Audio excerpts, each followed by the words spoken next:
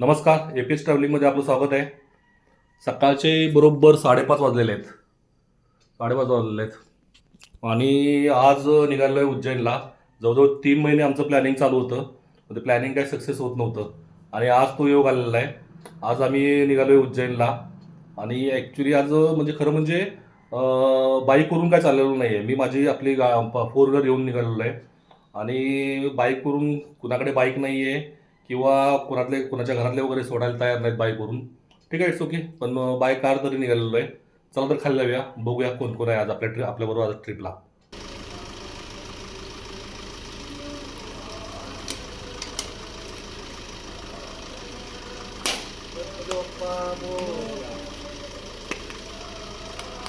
ठरल्याप्रमाणे पेट्रोल पंपावर थांबलेलो आहे आणि गाडीचं डिझेल फुल करतोय.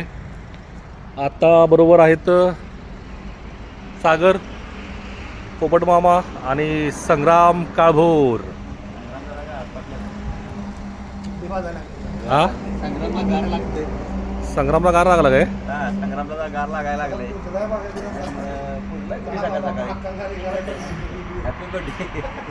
चला तर डिझेल फुल करूया आणि पुढच्या प्रवासाला सुरुवात करूया. 10:20 आलेत. आता आम्ही अहमदनगर रोडला आहे. अहमदनगर इथून एक काहीतरी 40 किलोमीटर असेल आणि आता आम्ही 10:20 नाश्त्याला थांबलेलो आहे. मध्ये आम्ही कुठे हॉल्ट घेतला नाही आणि नाश्त्याला आता बघूया काय मिळतं. ह्या रोडला हॉटेलच नाही आहेत नाश्ता करायला, त्यामुळे आम्हाला वेळ झाला. संपवलाच पण वडापाव नाही, वडा सांबर, कटवडाच ना, रस्सावडा इथे म्हणतात.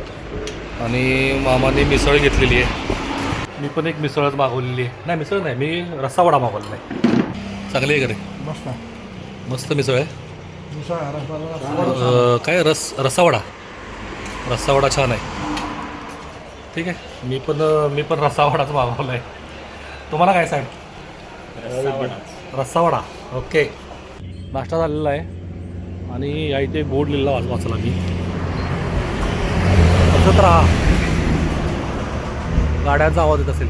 हसत राहा, कॅमेरा चालू आहे.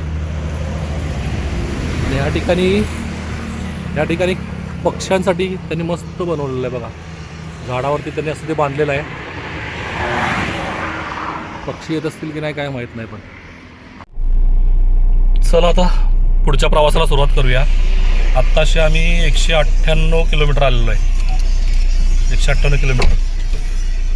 औरंगाबादच्या अलीकडूनच औरंगाबाद इथून एक 5-6 किलोमीटर होतं ना, 7 किलोमीटर औरंगाबाद होतं. तिथून लेफ्ट मारून आम्ही आता धुळ्याच्या दिशेने निघालेलो आहे. मगाशी आपलं ॲक्च्युली काय शूटिंग करणार का नव्हतंच. रोडवर तुम्हाला काय दाखवणार शूटिंग करताना. तर अशा तऱ्हेने धुळ्या साईडला निघालो आहे. धुळेवरून आणखी कुठे जाणार आपण परत? धुळेवरून इंदोर.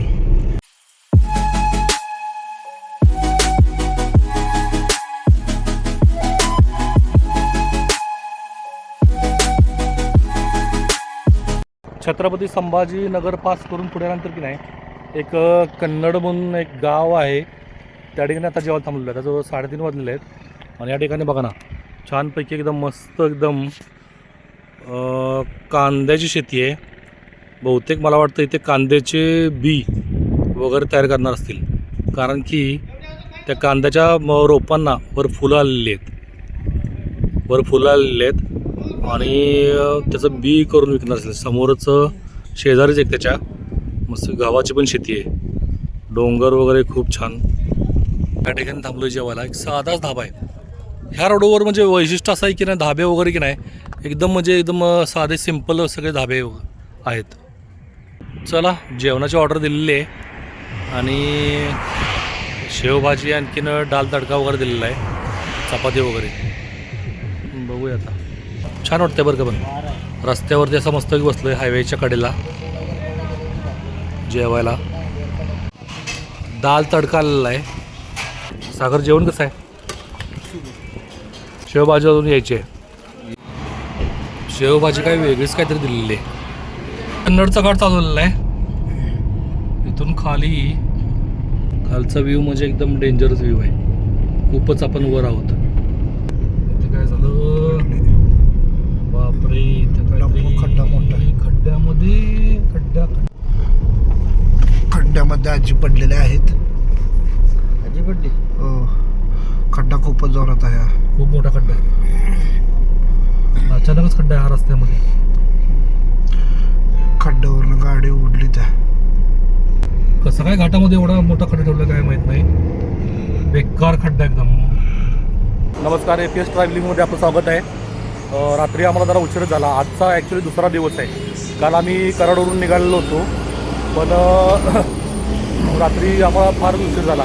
आम्ही इंदोरवरून परत ओंकारेश्वरला जायचा निर्णय घेतला आणि रस्ते इतके भयानक खराब आहेत की काय विचारायला नको. भयानक म्हणजे भयानकच खराब आहे. रात्री आम्हाला 2 वाजले. 2 वाजता या ठिकाणी एक हे हॉटेल दिसलं. हॉटेल मधुरम दिसलं आहे रेस्टॉरंट. मग 2 वाजता आम्ही हे हॉटेल घेतलं आणि ह्या इथे स्टे केला. बरं, म्हणजे काल जास्त शूटिंगच करता आलं नाही कारण की रस्ते इतके खराब होते काय विचारायला नको. आणि संध्याकाळी उशीर झाल्यामुळे काय फार कंटाळा आला होता. मग हॉटेलमध्ये येऊन 2 वाजता आम्ही झोपलो आणि आता सकाळ आलेली आहे. सकाळीच आम्ही थांबलो नाश्ता करणार आहे. या ठिकाणी नाश्त्याला उत्तप्पा मागवलेला आहे. हॉटेलमधून निघून 5 मिनटं झालेली आहेत. हॉटेलपासून ओंकारेश्वर 21 किलोमीटर होतं. आता आम्ही जवळजवळ एक 5-6 किलोमीटर आलेलो आहे. आणि आता बघूया तिथं ओंकारेश्वरला मग गेल्यानंतर किती गर्दी आहे वगैरे, काय लाईन वगैरे दर्शनासाठी. हा एक प्राणी आमच्यामध्ये आहे. मला वाटतं हा कालपासून मोजून हाताच्या बोटावर मोजता येतील एवढेच शब्द बोलला असणार आहे. त्याला घरची आठवण होती. त्याला घरची आठवण होते का? अजून कोणाला काय काय होत असेल तर सांगावं लागलंच. भाई नर्मदाच आहे. नर्मदा नदी असेल बहुतेक. नर्मदाच आहे. नर्मदा नदी असणार कारण की उज्जैनला शिप्रा नदी आहे. उज्जैनची शिप्रा नदी. वर एक इथं काहीतरी पॅलेस सारखं दिसतंय. हॉटेल आहे का काय?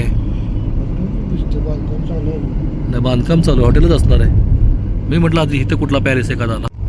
ओंकारेश्वर नगरी में आपका स्वागत आहे. आलो आहे ओंकारेश्वर परिसरात. गुगल आंटीने आम्हाला बरंच म्हणजे गंडवलं. गावातून वगैरे गल्लीबोळातून त्यांनी आम्हाला म्हणजे गुगल आंटीने आम्हाला फिरवलं. आता आलो आहे ओंकारेश्वर मंदिराच्या घाटावरती आलेलो आहे.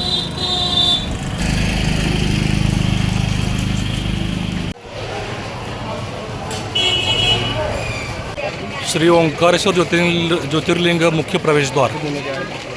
जास्त काय गर्दी नाही आहे. नदीवरचा मस्तपैकी हा झुलता ब्रिज आहे.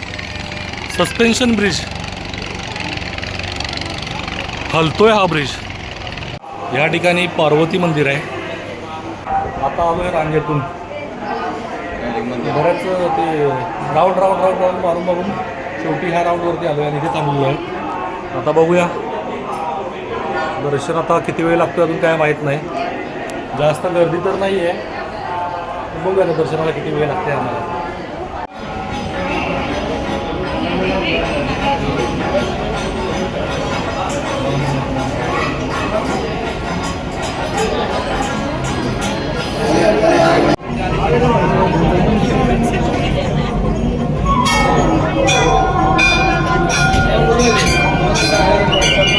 दर्शन घेऊन बाहेर पडलेलो आहे. प्रत्येक वेळेप्रमाणे ह्या ठिकाणी पण मंदिरामध्ये व्हिडिओ शूटिंग फोटो वगैरे काय अलाउड नाही. तरी पण लांबून थोडंसं शूटिंग केलेलं आहे. बघूया त्यात काय दिसते ते बघूया. झालं छानपैकी दर्शन. म्हणजे एवढी काय त्या ठिकाणी गर्दी वगैरे काय नव्हती. कराच्या पिंडी बघा केवढ्या मोठ्या आहेत. खूप छान पिंडी आहेत. ओंकारेश्वरचं दर्शन झालेलं आहे. छान दर्शन झालं. फक्त जरा तिथे ढकलाढकली वगैरे करतात. पण पर्याय नाही, गर्दी असल्यामुळे ढकलाढकली करतात. पण झालं दर्शन आपलं. आणि आता निघालो आम्ही. आता इंदोरवरून आम्ही आता जाणार आहे उज्जैनला जाणार आहे. आणि आज आमचा म्हणजे ते स्टेज असणार उज्जैनमध्ये. बघू आता उज्जैनला किती वाजता पोहोचतो यावर डिपेंड आहे. आणि उज्जैनला गेल्यानंतर आम्ही मग जर आम्हाला संध्याकाळी जर वेळ मिळाला तर तिथलं लोकल काय फिरायचं असेल तर ते आज फिरून घेणार आहे. आणि उद्या सकाळी उठून आम्ही महाकालचे दर्शन घ्यायला जाणार आहे. बघूया आता उज्जैनला आम्ही किती वाजता पोहोचतो यावर डिपेंड आहे सगळं. पण मिरच्यांचे स्टॉल लागलेले आहेत. एवढे स्टॉल कसलेत मिरच्यांचे काय माहीत नाही. ते मिरची स्वस्त मिळते का विचारलं पाहिजे. हे बघा पुढे सगळे मिरच्यांचे स्टॉल लागलेले आहेत. रांगेत एकदम स्टॉल आहेत मिरच्यांचे.